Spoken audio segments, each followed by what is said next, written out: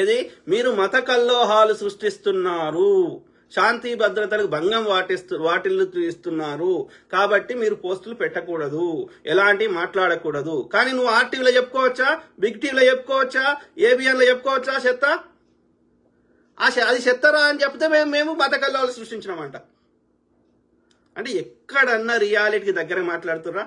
పాపం నాకు తెలిసి వాళ్ళ ప్రవీణ్ పగడాల బ్రదర్, వాళ్ళ అన్ననో తమ్ముడో ఆయన మాట్లాడిండు, వాళ్ళ వైఫ్ మాట్లాడింది జెసికా పగడాల. సో వాళ్ళు ఏం చెప్పిర్రు, అరే ఇంత చెత్త ప్రచారం చేస్తున్నప్పుడు ఇది కాదు, మా హస్బెండ్ తాగడు, మా హస్బెండ్కి ఇట్లాంటి అలవాటు లేవు, ఎన్నడన్నా తాగి రక్షణ టీవీలోకి వచ్చిండా, ఇంకో దగ్గరికి వచ్చిండా, ఎక్కడన్నా మినిస్ట్రీలోకి పోయిండా, ఆయనకి లేదు అని వాళ్ళ భార్య చెప్పాలి కదా, వాళ్ళ కూతురు ఇంకా వాళ్ళ కుటుంబ సభ్యులు చెప్పాలి కదా.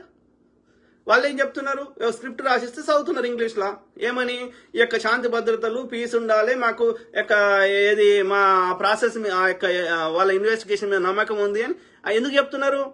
అంటే వాళ్ళ మీద ఎంత ప్రెజర్ పెట్టిర్రో ఆలోచించండి, వాళ్ళ మీద ఎంత ప్రెజర్ పెట్టి పోలీసు వాడు చెప్పిస్తుండో ఆలోచించండి కదా. మళ్ళీ మా ప్రాణాలకు ఏదో ముప్పు ఉంటుందో, కనీసం పిల్లలకి తల్లి ఉండాలన్న భయభ్రాంతులకు గురి చేసి వాళ్ళతో చెప్పిస్తున్నారు.